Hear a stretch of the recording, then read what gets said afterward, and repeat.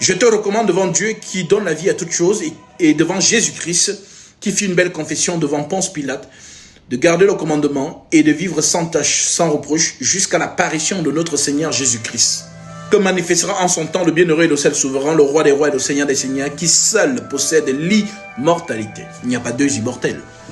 Hein? Un seul est immortel.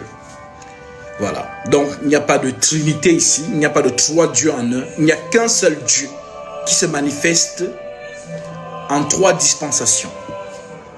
Parce que nous partons du passé au futur. Le passé, le présent, le futur.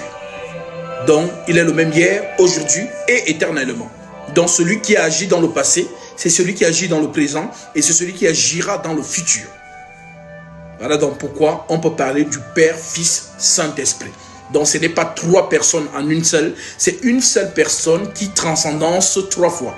D'ailleurs, c'est ce que Jésus dit à Hérode, lorsque Hérode envoie des gens pour venir l'arrêter.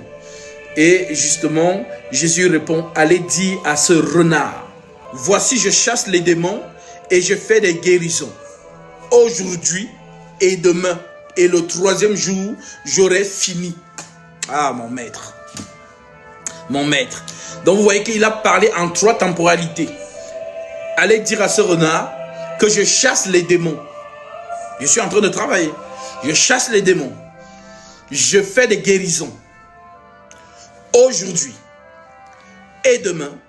Et le troisième jour, j'aurai terminé. Donc, c'est donc ça, ce qu'on appelle même la prophétie. Passé, présent, futur. La prophétie a un commencement. La prophétie, transcendance. Et la prophétie a une fin.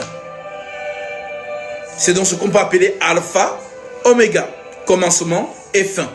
Donc, un seul Dieu qui travaille trois fois. Et non trois dieux, trois divinités en une seule. Voilà pourquoi le Vatican, par exemple, peut vous dire le Père n'est pas le Fils. Vous allez voir que le Vatican dit que Jésus est Dieu. Mais quand vous allez lui demander quel Dieu, ils vont vous dire le Fils, que Jésus n'est pas le Père. Et c'est une grave erreur. Car Jésus est bel et bien le Père éternel, manifesté en chair pour le salut de quiconque croit.